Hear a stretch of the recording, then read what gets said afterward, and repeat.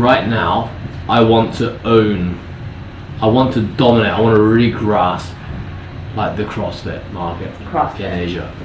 So if we're saying we want to dominate the CrossFit market, what will enable us to do that? Like, what do I have to do as an employee to help us achieve this objective? And I'm like, if you tell me this is what you and me are going to achieve, how do I do that?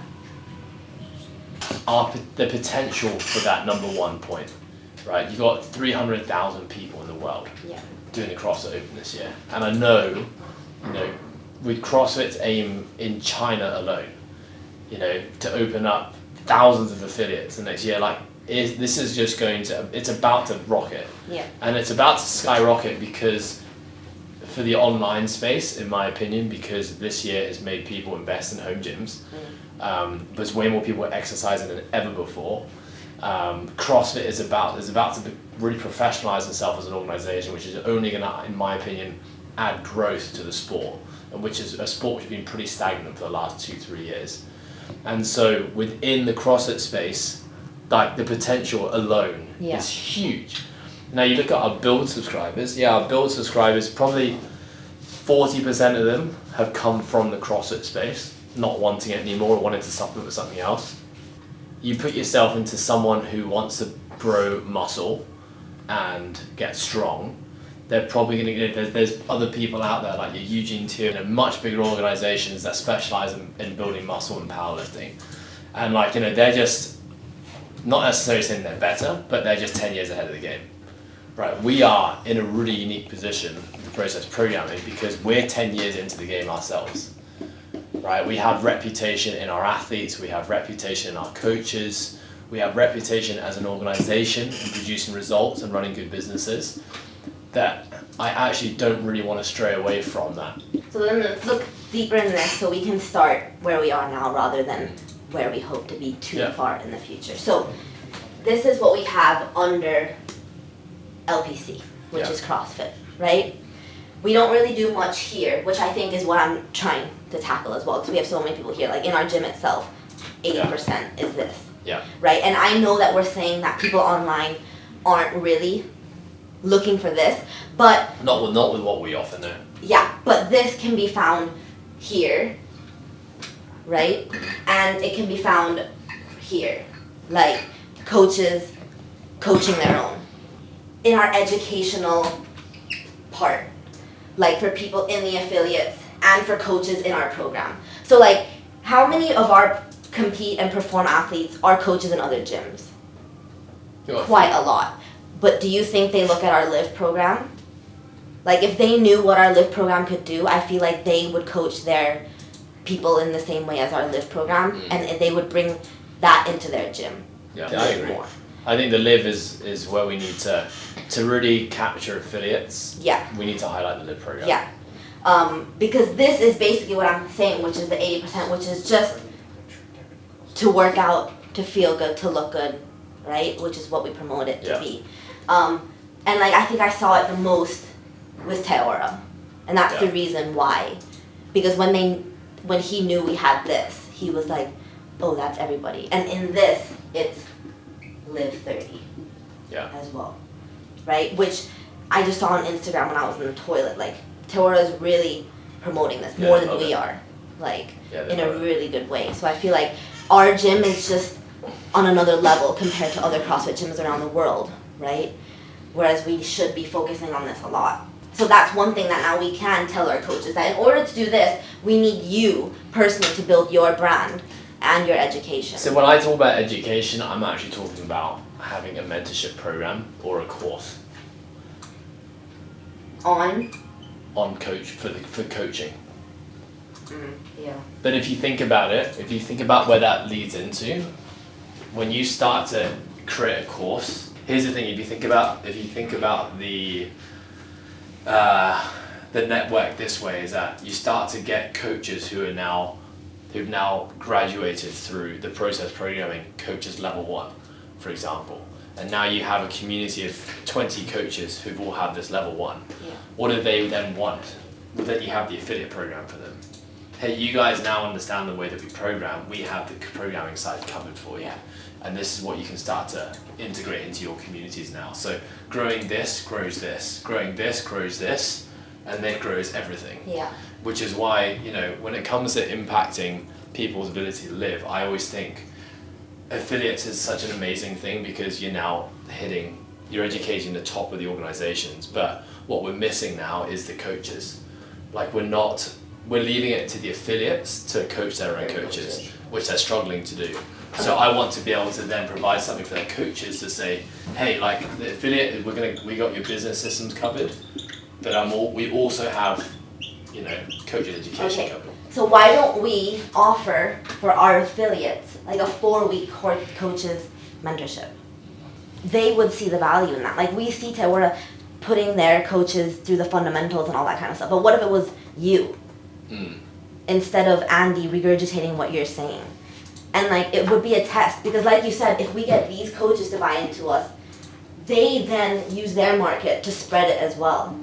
And then as well as our affiliates. Like another thing that I was thinking is why don't we offer or we get like 3, like for example Carlos, why don't we say jump into one of our affiliate calls this week so he sees it, because only when people see it and experience it, like our 14-day free trial, are they like, fuck, I need to be a part of this. Yeah. It's like if there's people in your mind that you know, be like, hop on our call next Thursday, meet our team. Yeah, I gotta go. Got a client. Oh, sorry. Shit. Okay, good. I like it. Are we gonna do something about it? To be continued. Lol.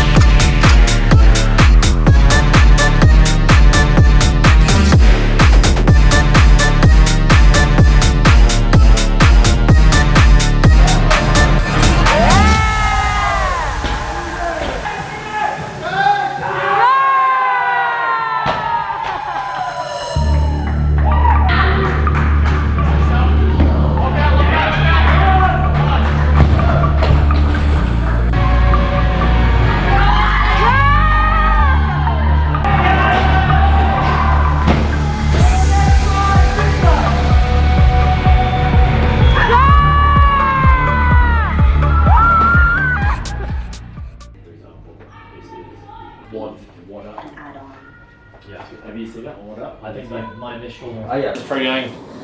Obviously, at this point in the year, big decision-making time for a lot of people around the world as they think about what they want to do next season. Everyone's learned a lot of things from the Open and from the last 12 months, so we're really looking to capitalize on this opportunity in the next week or two. We're going to really talk about the new block starting next week, and we'll talk about the new accessory programs that we're going to be launching. So just to go that one more time, the process program is now going to have included in the programs, this is for Live, Perform and Compete, the choice of basically 4 different accessory programs that add at the end of each session. One is going to be an endurance bias program written by Ant. One is going to be an Olympic lifting program written by Al. One is going to be a kind of functional bodybuilding structural support, which is kind of like just a general accessory program, which I normally do. And then the last one, Ant, is going to be adding a gymnastics program. Now, all of these programs are going to be complementing the LPC program. Okay, so and we need to have all of us being on exactly the same page and exactly the same thing.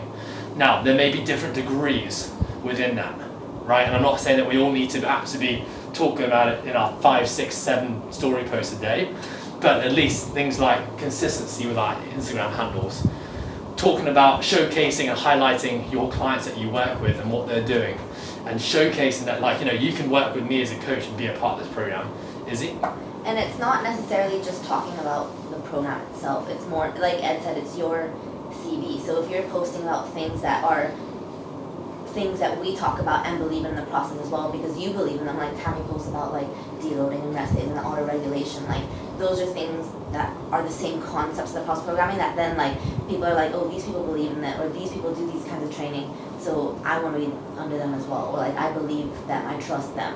Like a lot of this, especially when we're trying to be like, it's personalized programming, you have your own coach, that's one of our big sellers, like people want to trust you and believe that you do what you say. And so that's what your social media is. It's a way for people to know you without actually really knowing you. That's the downfall, but also the great thing about it. Education side of things. Yeah. I think that a really good way that we could not only improve for our members, but also through like the Instagram space, is doing more Q&A related things on the actual coastal Instagram page, as opposed to like your personal page or someone's personal page. Like, do you know, like March On? They have a different coach every Tuesday, or pretty much every day, that does a Q&A, and they have something specific that they're focusing on. So like, hi, I'm Al, I'm the barbell specialist here, find me I'm doing a Q&A tomorrow on Instagram, find me over any barbell specific questions you've got.